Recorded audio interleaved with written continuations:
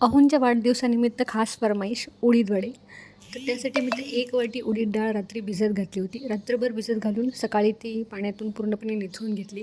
अजिबात पाणी न घालता ती अशी एकदम घट्ट बारीक करून घेतली मिक्सरमध्ये. गरज लागली तर थोडेसे 2-2 चमचे पाणी घालू शकता.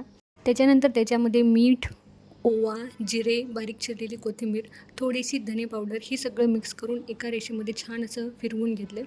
त्यानंतर त्यामुळे हे छान असे हलके होतात उडीद वडे. त्यानंतर हाताला थोडंसं पाणी लावून त्याच्यावर असा गोल आकार करून मध्ये त्याला छान असं छिद्र पाडून घेतलं. याच पद्धतीने गरम गरम तेलामध्ये हे सोडून दिलं. सुरुवातीच्या पहिल्यांदा उडीद वडे तळताना हे थोडेसे खालून चिटकतात, त्यामुळे हे माझे तेल आणि कढई थोडीशी खराब झाली. पण परतच्या वेळेस हे अजिबात चिटकले नाहीत. अशाच पद्धतीने 2-3 वडे घेऊन मी तळून घेतले. तळताना गॅस फुल ठेवला, त्यानंतर म्हणून असे छान तळले जातात. छान असा कलर येतो त्याला, पूर्ण असा ऑरेंज. एक 10 ते 15 मिनटं तळून झाल्यानंतर हे आपले उडीद वडे म्हणजेच मेदू वडे रेडी झालेले आहेत. याचे तुम्ही दही वडे किंवा वडा सांबार अशा दोन्ही पद्धतीने खाऊ शकता. खूपच छान टेस्टी लागतात हे.